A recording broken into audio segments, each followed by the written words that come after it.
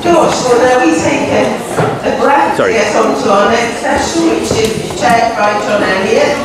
I'm sure all of you here know John Elliott as a foreign correspondent, and his recent book, prize-winning book Implosion, India's Trick with Reality, has just come out in a new edition, which I think is in the bookshop here too.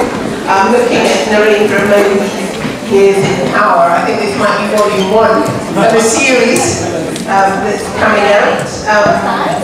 And also your colorful monthly Riding the Elephant. Order! Surroundings here, audience. Give them some poetry and then we'll go mad. Really? Would you like to introduce? Come in. Brilliant. Wonderful. So John's going to introduce the speakers and I'm coming to make you all be quiet.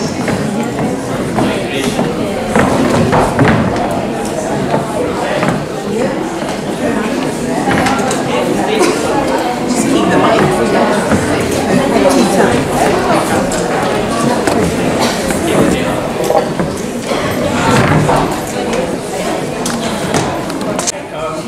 Let's start and try to follow that. It's a bit difficult to follow. I'm sure we'll get going eventually.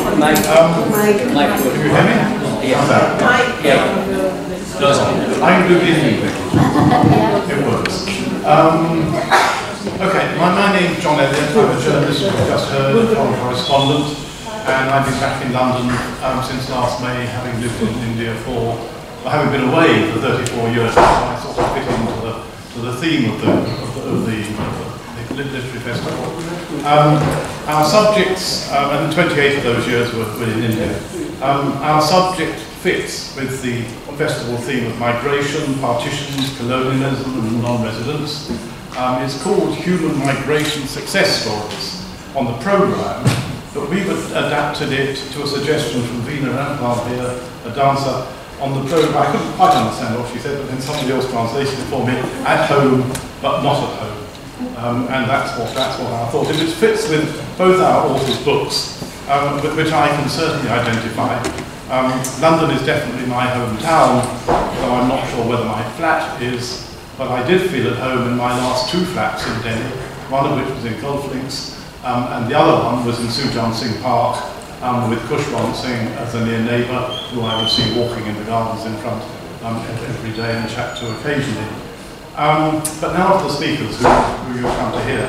We've got 2 authors, Jacqueline Crooks in the middle there, is a Jamaican-born writer living in London, working with refugees and migrant families for over 20 years. She writes mostly short stories, I think, about migration and Caribbean roots. Moinmir at the end, also living in London, whose story is about someone in his family who travelled to London from Surat and took on the might of Victorian England and won in Parliament, and that's a great story which we're going to come to later.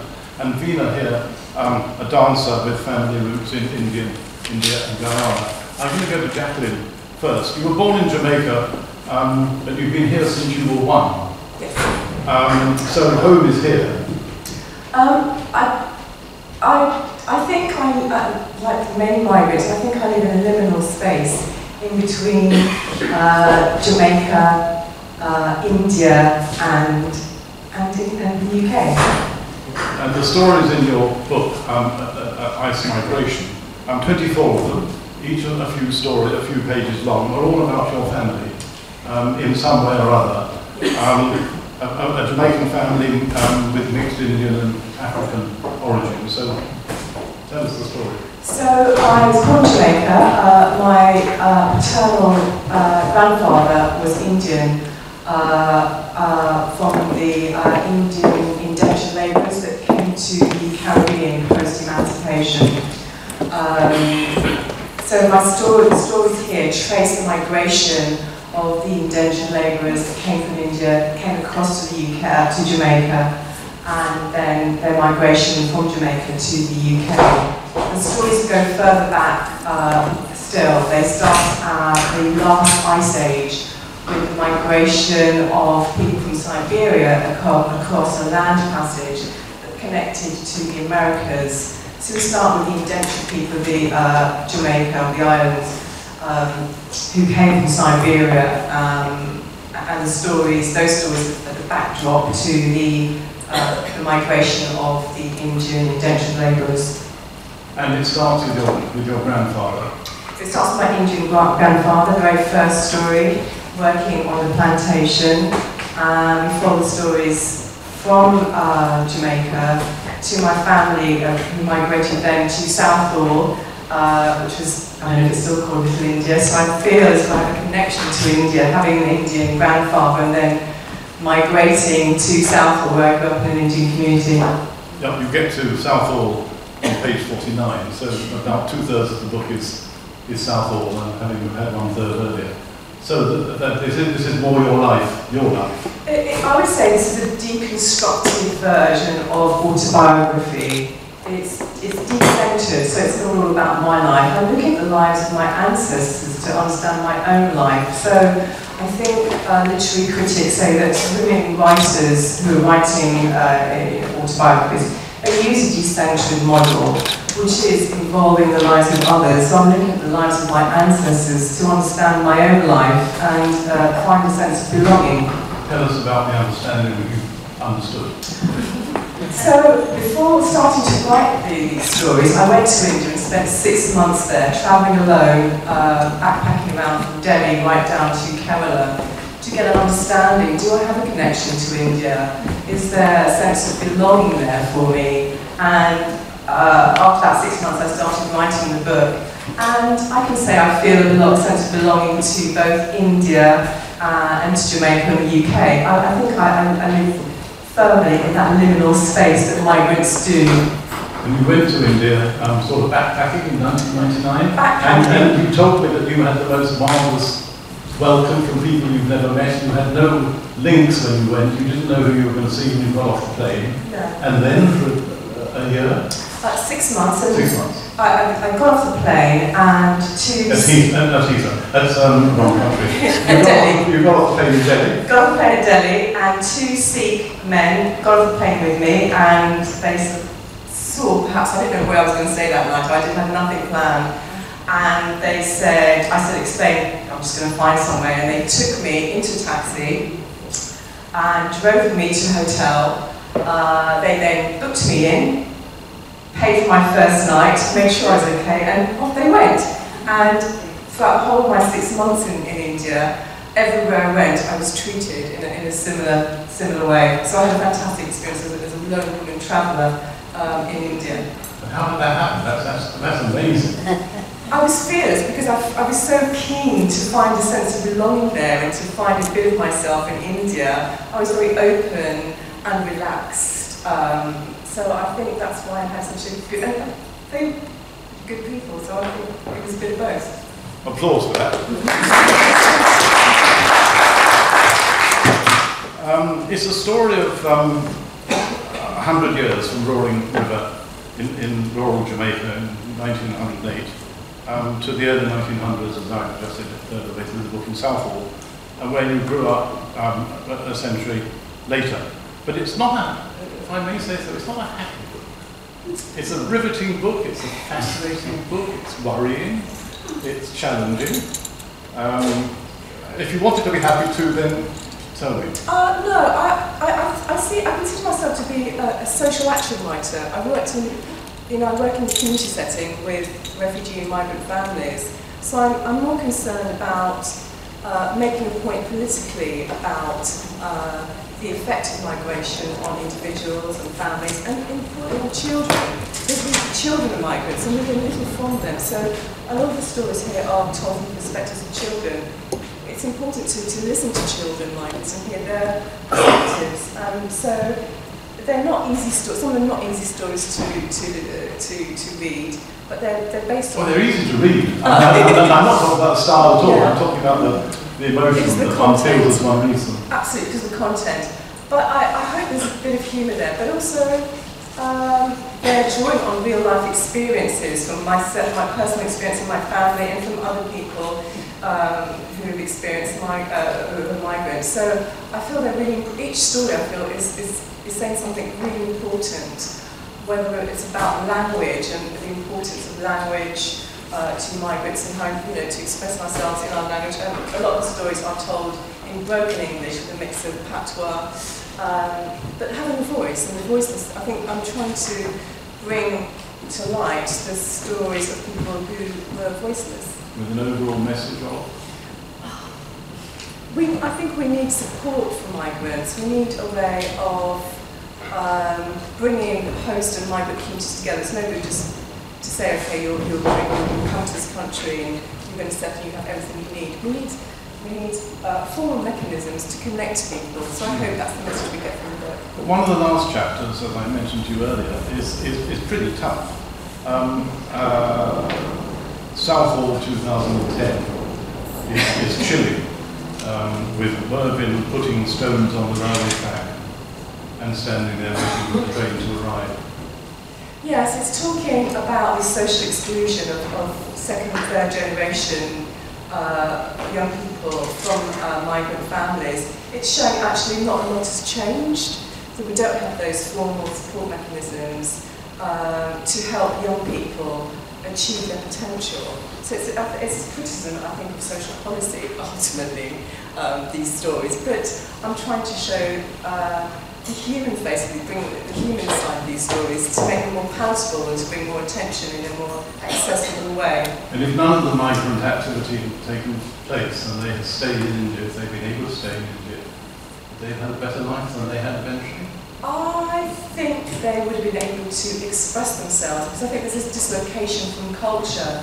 And so I like this idea of cultural capital, what migrants bring with them and how that sustains them. And in this chapter, the story that you're referring to, these three young boys, they're musicians, they're talented, but they have no support to help them to achieve whatever it is they want to achieve.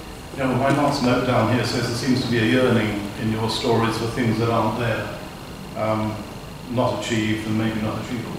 Yes, I think drawing on some of these stories which are very personal from my family's perspectives, and some of the story you're referring to is kind of looking at my siblings who are talented dancers, musicians. Because we grew up on Havelock Estate in Southall, there were very few opportunities back then, so they never were able to achieve what they could have done. So, yeah. And your grandfather was a tabla player, and that's the connection. Your brother was a tabla player, exactly. And you're going to read us the first part of the first chapter. Yes. So the story is set up. Please. Oh, sorry, yeah. Thank you. So the story is set in Roy River, the sugar plantation where we grew up, and it's my grandfather. And they've just been told they've just worked their 5-year indentureship and been trying to persuade, the manager is trying to persuade them to stay another 5 years. Mr. Lulla went with the other men to the accounting barracks. His wife and the other women were already there, motionless in the heat. Mr. Slifer, the plantation manager, stood under the shade of the veranda, smoking a cigar. He exhaled words and smoke. "Your contracts end before the next year's harvest," he said. The Indians waved their hands in the air, shouting. Mr. Lulla's river raga came back to him. He hummed it as he listened to the dialects and languages become one hot, wavering note. Mr. Slifer shouted over them, "The world needs sugar. Give it to them, and you will get land. Sweetness, sweet things. 5 more years, that's all." He puffed more smoke shapes. They floated in the air like white flower offerings. He turned his back on them and went into the cool darkness of the accounting barracks. Mr. Lulla's wife came to him, her small feet rising and falling quickly, like needles stitching up the earth. She poked her finger into his arm. "Land," she said, and pointed to the mountains. "We can buy land." She was a beautiful woman. Her black eyes never showed signs of weariness. Every day, he gathered up the dry twigs of his body and burnt himself out on the plantation. but she lived quickly from morning until night, here, there, everywhere, working, talking, scheming. Her black-fitting eyes had wrong-footed them to this country, and he could no longer touch her without losing the sense of rhythm, could not touch his beloved drums. Bani, the dancer from Manipuri, was shouting, "If they had told us everything in Calcutta, I would never have come to this island." Bani was no beauty. Her brown face was long, her nostrils flared. She had the silent, stoic look of a mule. But oh, when she coiled her plaited hair on her head and danced in the evenings for the labourers, holding the poses of goddesses, Maya, Shakti, perfectly balanced, neck, eyebrows, lips, miming a story, every moment, every movement, a word. Thank you.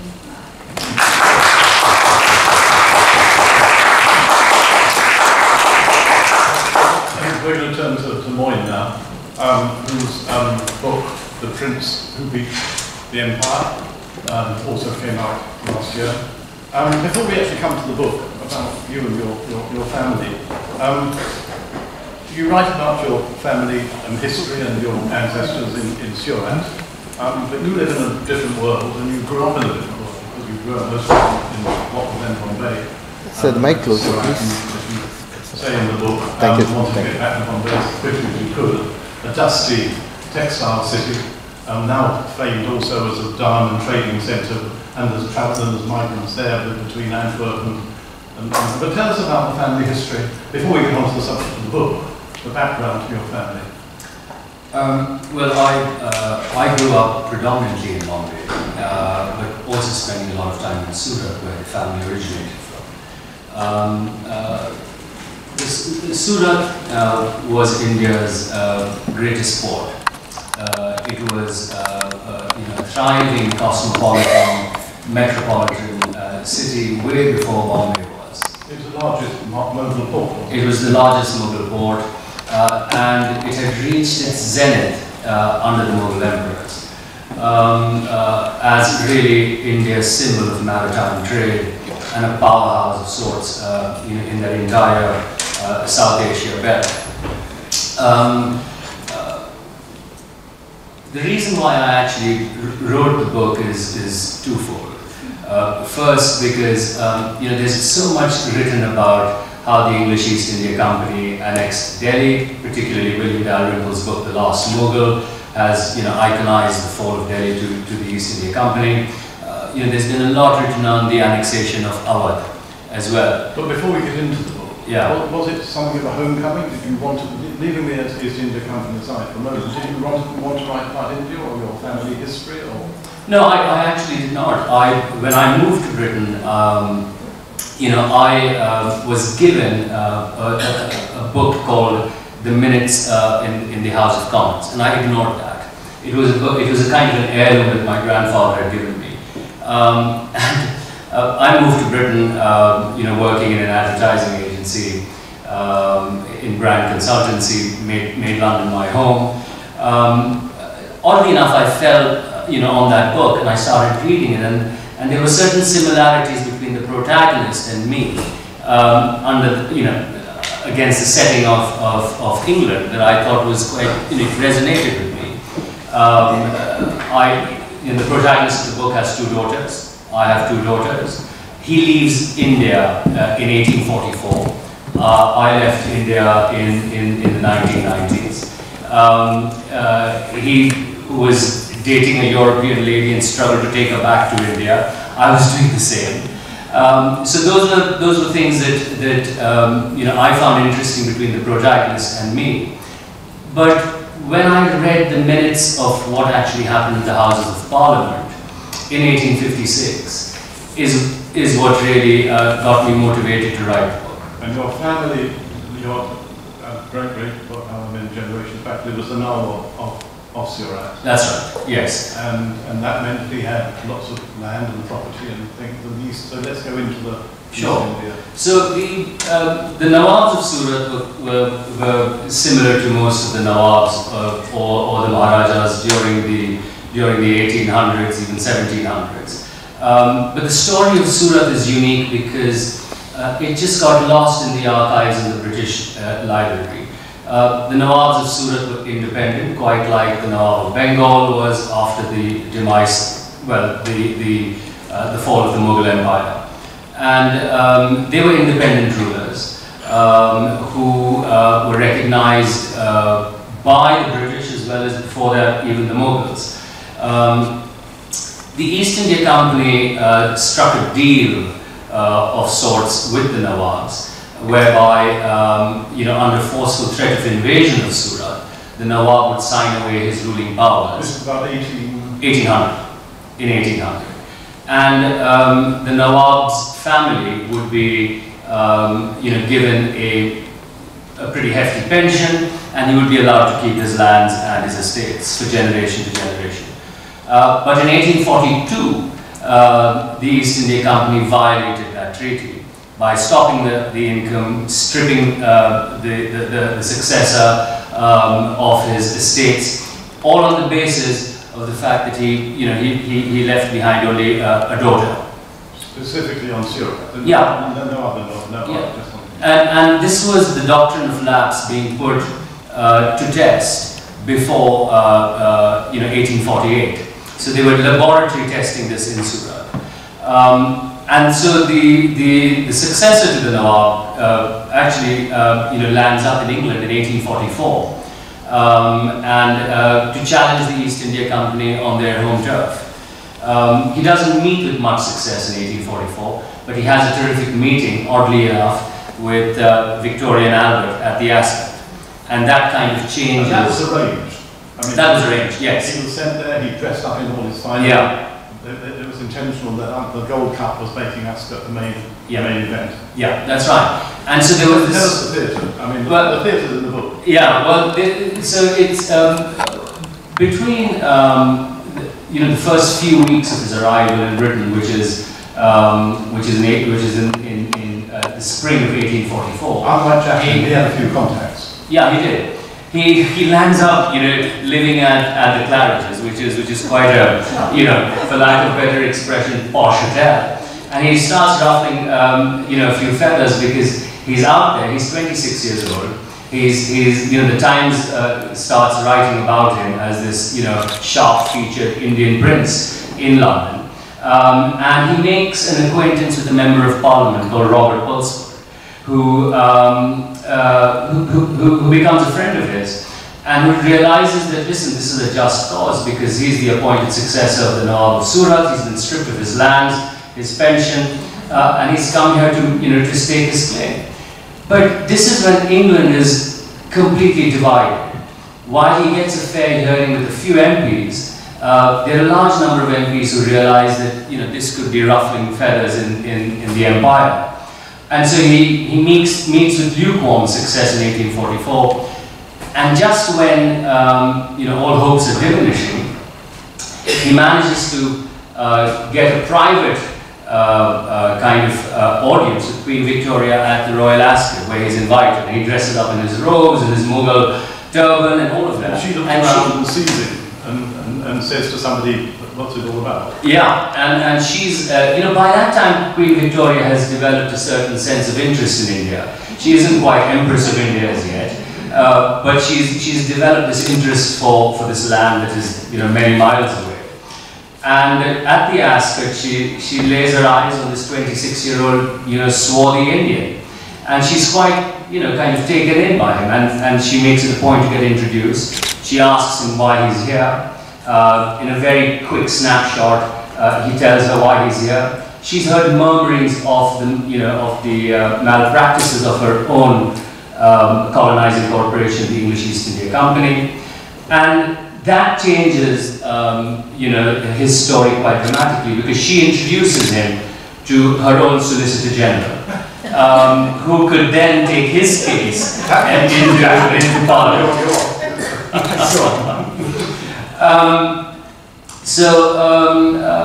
But the strange thing is that, you know, while he's made these rather heavyweight contacts in Britain, his voice is subdued because it is actually just too big a game to play, to kind of, you know, take on the machinations of empire.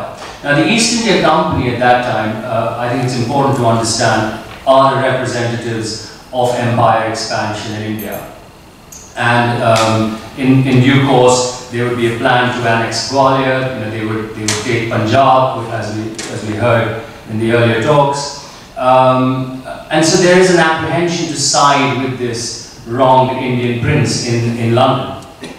And basically, in October 1844, after spending 9 months in Britain, he has to go back empty-handed. When he goes back to India, you know, things are even worse because the English East India Company realize that he's come back empty-handed, and you know, they unleash complete hell. They pass a law in India that he cannot sue the English East India Company in the courts in Hindustan. And so for the next few years, you know, he becomes somewhat a kind of a Sufi Darwish prince in southern Gujarat and Kathiawar region as well. He creates a kind of following. After 8 years, you know, he mortgages everything that he has.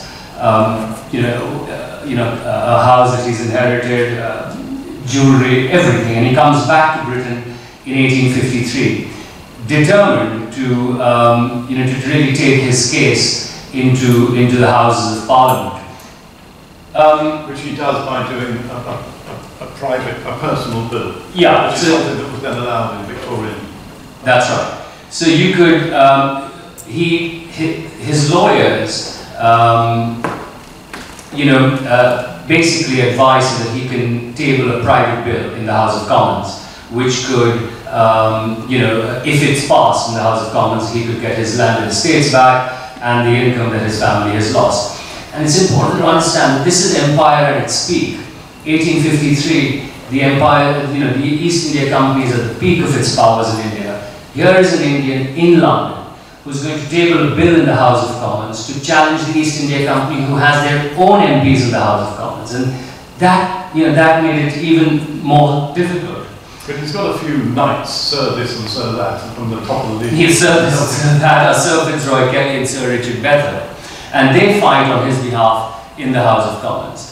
Then was that great penultimate chapter, which you told me to read and I read, and it's gripping, of the events through the House of Commons. If it's all right, I could read it a touch, if that's okay. A touch. A touch. Yes, good.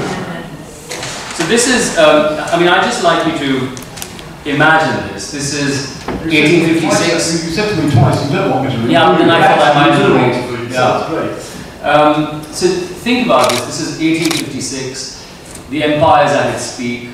The doctrine of lapse has kicked into India, which basically means if a Nawab, a Maharaja, or Darbar, or ruler has no male son, you know, his kingdom's properties are annexed.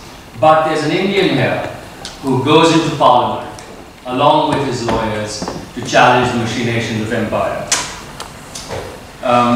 So this is June 28, 1856. Sorry, June 18, 1856.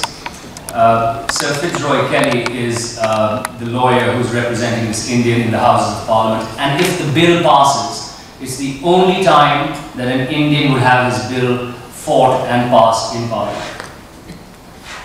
Sir Fitzroy Kelly now looked at the clock. The Speaker rose and gave his consent to the private bill. Then came the signal to vote. Ayes in favour of passing the bill in favour of the Indians, the Indian noes against. This was what Jafar, that is the protagonist of the book, Mir Jafar Ali Khan, this is what Jafar had been waiting for so long. He gripped the side of his seat, looked around, shut his eyes, and waited. An enormous cry went up. It was a thunderous roar. Jafar's senses told him he was hearing right. The sound was continuous and reverberating. So strong was it that it compelled Jafar to open his eyes. He looked all around the benches in the House of Commons. In front first, then he turned to the right and left, and then finally, straining back, he looked upwards behind. All he could see was a sea of MPs, all of whom who had risen screaming with their hands raised, "Aye, aye, aye." This was the moment that none in Hindustan could have seen, but Jafar's eyes did see it. Britain had risen in support for the young Indian prince and against their own colonizing corporation for the first time. For nearly 5 minutes, the shouting of "Aye" went on. Those 5 minutes seemed hours to Jafar. Not waiting for the speaker to count, a large swarm of MPs rushed towards Jafar's side, and they refused to leave his side. Finally, the count began. With each passing second, it became even clearer. Out of the 241 MPs that voted, the final count was 213 ayes in favor of an Indian and 28 noes. Mir Jafar Ali Khan's bill, the Nawab of Surat Treaty Bill, had passed with an overwhelming majority. Finally, very quickly. In the meantime, much word had begun coming from Hindustan. The country had erupted in flames. Many a deposed Indian prince had raised the banner of revolt. Northern and central plains of Hindustan were now flowing with English and Hindustani blood. The first war of independence was at its peak. Jafar consulted his lawyers, who assured him that whatever negotiations and conclusions had been reached would be honoured in India.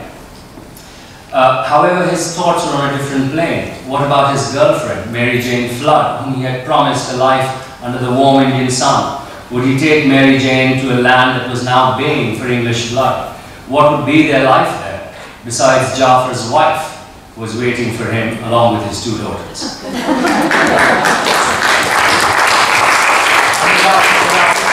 Without spoiling the plot, he does take her back with him, which I assume is truly did really happen. He wasn't influenced by someone before. No, he did take her back because the family still had the contracts between that he signed. You know, that the family would look after her for life. So now, while that was going on in Parliament, at one point they tried to deny him off. A serious offer was made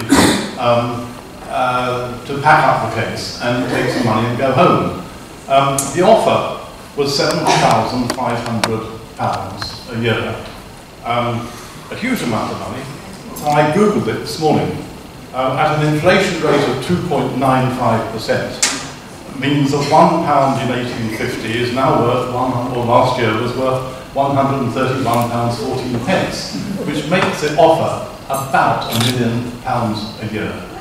That's right. And he knew, I mean, he didn't know it was $1 million, he knew it was whatever I just said, 7,500, but that was half what he wanted, and they offered him half his land, and he wanted the whole lot. That's a hell of a gap. Yeah, that was, and when that's what I was saying, John. When I was reading the minutes the minutes of the House of Commons, 1856 Parliamentary Affairs, that point in time when that offer is made, I would have imagined he would have said, "Done, let's move." You know, He doesn't take that offer. He takes the bill, and the reason why they don't, the reason why they make this offer to him is because they don't want the bill to go to vote. And at that point he says, "No, I'm not taking the offer. The bill is going to vote." And basically, if the bill goes to vote, you know, the company's exposed. They suffer their first defeat in Parliament, and of course he wins back the entire pension as well as all the lands. And at that point, you're quite right. It's an enormous gamble that he takes at that time. Great, thanks. You've been very patient while we've been doing all that. You've got family roots in India and in Guyana, but you've lived here all your life. So how do you fit into this? John, I don't know the mic. Sorry? You couldn't hear me? Can I keep this one? She can keep that one. Yeah, that's fine. Right. Close it, sir. Yes. No, mic close. Thank you. You've got family roots in India and Guyana. How do you fit into this? Can you bring the mic closer to yourself? You're the wrong. Good afternoon. Hello. My ancestors are Indian, and like Jacqueline's paternal grandfather, my ancestors on both sides also went as indentured labourers from India to Guyana. after my parents got married, they moved here, and I was born in St Thomas's Hospital on the banks of the River Thames. So I'm a genuine Londoner. I'm that rare breed of actual Londoner. I was born and brought up here. I think that, so your question, John, was how do I fit into all of this? I think listening to both of you, what's really struck me is my selectivity, and this is something that I think I was just born with. So at the moment, I've still got the tabla playing in my ears, and my feet are somewhere in a Nawab's palace in the dancing halls. I'm not really here. So, and I think that kind of sums up how I've always lived my life. So the art and the music and dance, and in a sense the poetry and those softer elements have always been louder for me than identities like gender and race and migration. So I don't know if that answers your question, but that's how I maybe And the home, the selective homeness?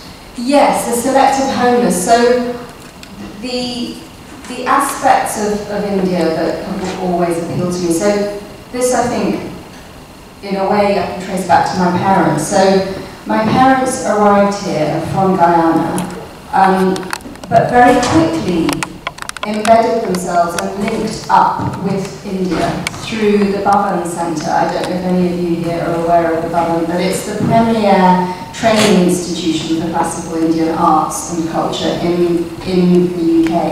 And my parents were founder members. So they linked up with the Bhavan and really got it started, helped to get it started. And so I was sort of born into high art and high Indian culture. And because of that, throughout my teenage years even, I was much more interested in reading a Mahabharata than watching a Hindi movie. So those kind of choices, again, I don't think I made logically or in any way consciously. They were just sort of there for me. And so the selective part of it is about, I think, the spirituality that's in those classical Indian artistic traditions is something that I've always been interested in sharing, and that's what I share through dance. And in your thoughts that you sent us, you said, rather ominously, one could dig into the discomfort under the nice notion of at-homeness. Yes. The discomfort alongside the at-homeness. Yes. So, on Friday evening I launched a new dance and well-being project called The Shape of Stillness. And with The Shape of Stillness, it's a dance performance, but it's also a series of workshops and events that aims to bring well-being to people.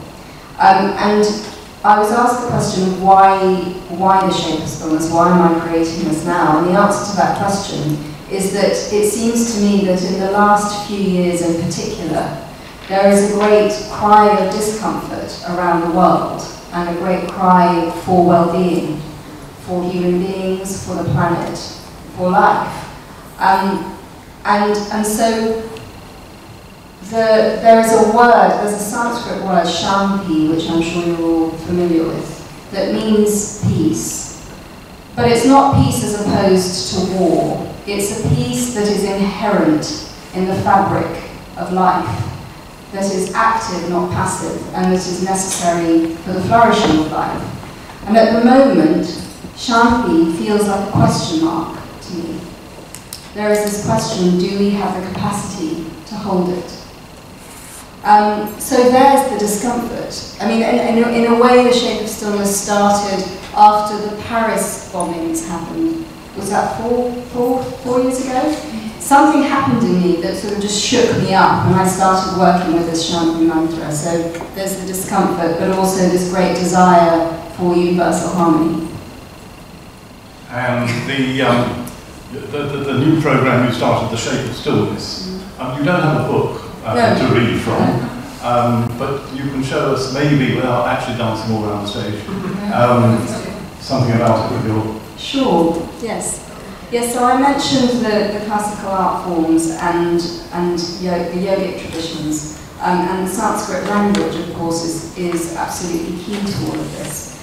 And I was very fortunate to have been brought up with Sanskrit.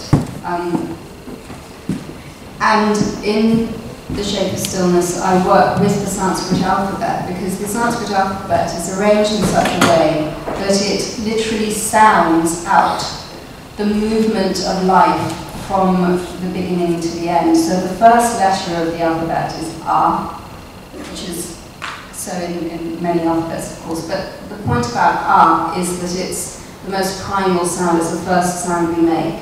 The final sound of the Sanskrit alphabet is Ah, which is an expiration, so it's death, it's completion, it's the leaving of the breath, it's everything in its fullness, it's contentment, it's all of that. And the structure of the alphabet is something that I worked with in the piece. And I thought perhaps what I'd share with you is the consonants. I think the consonants are where it gets interesting. So we start with this, it is this movement of consciousness from this very primal and sense of what is this? What does it mean that I exist? There's a kind of a trembling question and a shimmering, but also maybe a rage at this lack of understanding that I exist. Through to a fear and a curiosity. And then this awareness that I have an individual heartbeat. That there is me, and there is you. And there are boundaries. And that if I wish, I can share something of my heart. And not. And in that ability to parse the universe and myself, I can become playful. And in that playfulness, the universe blooms fully.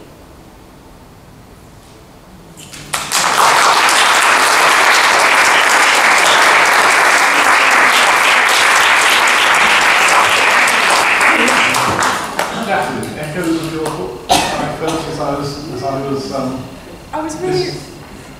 was really pleased to hear that I'll be on a panel with a dancer, because there's a lot of stories here about dance, and the story I just read from, it's about Bani, a dancer. At the end of the story, she is killed. She's a woman on a plantation, and she's vulnerable. The one thing that she's brought with her from her culture, this cultural capital, is her ability to dance. And what she's trying to speak of, she can only speak of through dance. That's the way that she gets the other people on the plantation to listen to her. So it's really beautiful to see dance as a language in that way. And you talked about there being a rhythm in your writing, and you set something to music? Yes, I think for me, what comes before the word is very much a sound, it's very much music. The rhythm comes to me before I actually get the words and start writing. I'll probably get a rhythm and something I start writing. So I see myself as being as interested in sound and music as I am by words, and I often perform my music with musicians and singers. Maybe I'll perform with a dancer. And in your book, there's lots of dancing and celebration going on. But it struck me that your book, as I think I said to you yesterday, is in the tradition set by Shashi Tharoor, who helped to launch your book in Delhi with his Inglorious Empire. Though you say that your book is not condemning the British Empire, which he was, but praising the judicial system and Parliament, Marcus Priscilla and part of it. And Willie Dalrymple's, of course, The Anarchy, which is going to come next. So there's the three of you in different levels. Well, I think Shashi Tharoor's book is it's a book which has basically brought to light the empire and the evils of empire in India. Now, of course, there's a school of thought that believes that there was a fair amount of good that the empire left us with, the judiciary, the railways, and we hear that all the time. But that is Shashi Tharoor's book, and that is Shashi Tharoor's argument. My book is focused on the ascendancy of the East India Company in Western India, and how they're able to, this meteoric rise of a colonizing corporation, and how this one man challenges them in Britain. And he gets justice. He gets justice because the judiciary is independent here. The parliament is open to listening. I mean, it's not easy. It's very, when you read the book, you realize how difficult it is to get into parliament for an Indian back then. But even at the peak of empire, the independent judiciary of Britain is so powerful that it can, it can hold its own colonizing corporation and take them to task. The other thought that I forgot to mention earlier was that your ancestor was the first of 3 remarkable Indians who charmed Queen Victoria. The next one being Dalip Singh, the forlorn Maharaja of Punjab, and who was duke of his kingdom. And the final one was Abdul Karim, the servant. And both had books written about them. One by Najib Sana on the Punjabi, and then Shivani Basu, who was here earlier, with her book about Abdul Karim, which has become a film. So is there a film coming? Well, I hope so. We've got a film. There is. Well, hopefully there's a film agent who's been appointed to to take this forward. Like in this country, you need agents for everything. So there's an agent who's looking after the film rights, and fingers crossed, maybe we will see it in the film. Let's open it up to the floor. And while we're waiting, are you going to write a book? Possibly. I do like words. I do like words. You do like words, so maybe. Any questions? One there.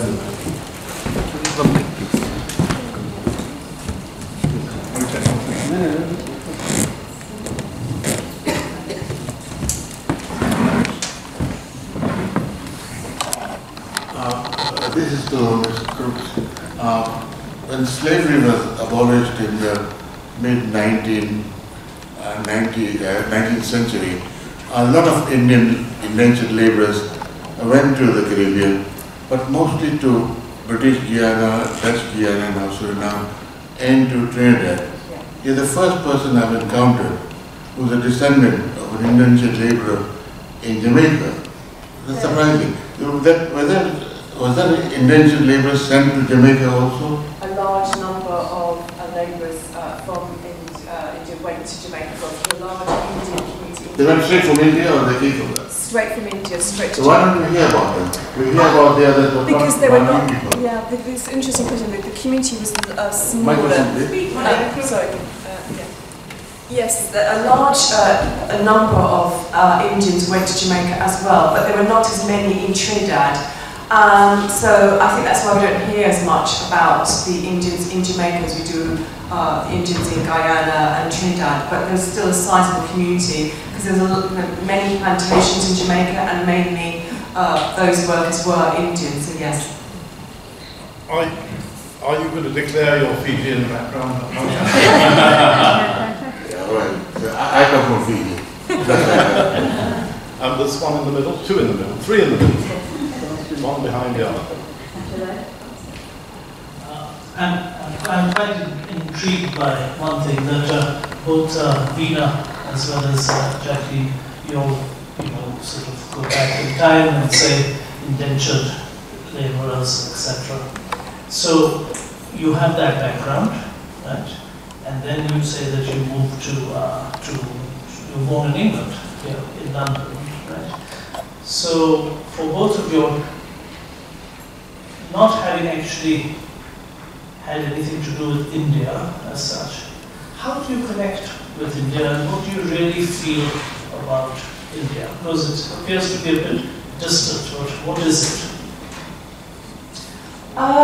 I do feel connected, mainly because when we came to London when I was 1, I went straight into a community where the majority of people were Asians. I went to school with Indians, so I feel connected that way. But also my mother, through talking about her Indian father, and I went to visit him in Jamaica, and we spoke about his life and his parents and their connections to India. I do feel a connection of kinds. I can't claim to be super connected and to feel that I have in-depth knowledge of India and its culture. You know, what could I have learned in the 6 months I was there? But I do feel something. I feel that I have something about me that speaks of that Asian connection physically, but also I think my sensibilities, there's something of endearing me. I feel incredibly connected to India, much more so than Guyana. And I think that is partly to do with my upbringing and the exposure to Sanskrit music and dance, etc. And it's just something that I was very, very drawn to. So I think that the sort of the lineage that comes through one's DNA is only one way of connecting. So this speaks, again to the selectivity and which world do we inhabit. So when I'm dancing, I inhabit the world of the body, and movement, which is prelingual. So you're able to somehow, those things are not as important as something perhaps more universal. But for me, I just always felt a very strong connection with India, wherever that comes from. There's two more. You've got the microphone, good. And then was that promise of land ever fulfilled? No, not for my family. What they were promised was to stay another 5 years and get more money with which they could buy land. But of course, those contracts were not sound in the sense that their expenses that they had to pay out, the cost of living. By the time their 5-year contract was done, they had very little to show for it and were in poverty at the end of it. So no, not really. And one. Hi, I think probably directed to you, gentlemen, this question. You speak of India as one country, which it is, but it's so many different cultures within, so many different languages. And I'm from Singapore, from indentured labour that went that way, and it was South Indians who went there. Did you know where your ancestors came from? So the book, while I started writing this, what I had wanted to write was a life about my Indian grandfather. I wanted to carry out research and write his life, but once I started to do the research, I realised that because the indentured labourers, their names were anglicised as soon as they arrived in Jamaica, there was no way of me tracing whereabouts in India they had come from, other than using the research and looking at where they came from, which ports in India, and then which islands in the Caribbean they ended up. I could kind of narrow it down, but not know specifically where he had come from. So that was frustrating for me, and that's why the book ended up being sort of faction, a mix of fact and fiction. That's just the one bit of curiosity there. Is why did you choose to go from Delhi to Kerala?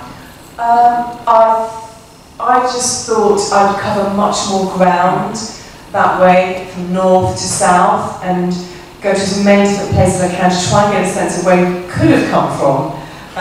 So that was the best I could do. It was very just a shot in the dark. While the microphone's coming round, as I mentioned to you earlier, I was struck in about your Caribbean household you were talking about in London. And church was obligatory. I grew up on biblical stories of David and Goliath, Samson and Delilah, Moses leading his people to the promised land. The stories were told by the preacher and they were interspersed with gospel music.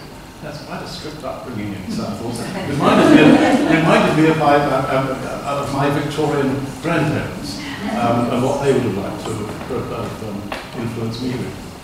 Yeah, a long time ago. I think, church was part, we were talking about this idea of a place in the world for migrants, and very much for my Jamaican family, they didn't integrate when they came over in the 60s. Their world was church and the home, and church was everything. It was very strict, but from that I got a sense of performance and literature from the Bible. So yeah, I think, migrants have a way of looking for their own place in the world, whether that be ecological belonging and finding nature, or religious places. They find, or in some cases, just within their own homes. The microphone holder is claiming the next question. This goes up to Veena as well, Jacqueline. Veena, I'm conscious of the fact that you learned Sanskrit. So could the connection be language? And also, Jacqueline, did you not think of learning the language as a way of connecting? Because this is, I'm in the same situation. I came here 41 years ago, and I'm so tied with the Punjabi language as a Sikh. Everything starts from the language. And, not to put a fine point on it, but when the British came to India, they wanted to inculcate English, as the operative language rather than all the other ethnic languages. So, yeah. I think definitely the Sanskrit language is absolutely a core part of that connection, but it's also the mythology and the philosophy and everything that goes with that for me. We've got one last very quick question. I'm told it's going to be that big, please. I would like to make one point. History is not been judged by present values. So, but whatever is a very difficult thing, I fully endorse it. Because they had a master plan to take all over India. And in 1809, they signed a treaty with Maharaja Ranjit Singh. They won't come down, they won't go. And two wars, and whatever they said, I fully endorse. Because I written a book, which has been listed for this, the building plan. Good much, thank you.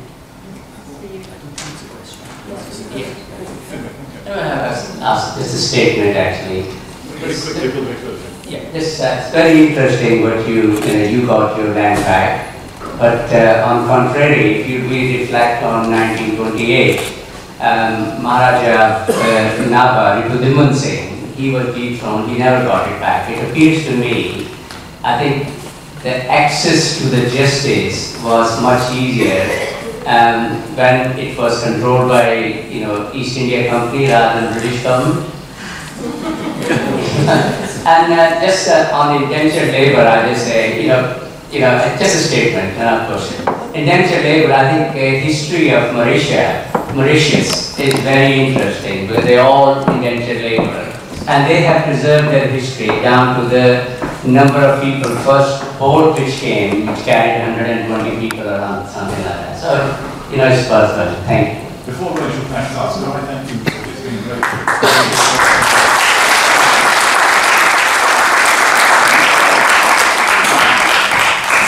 Thank you very much to our panel today to hear these stories.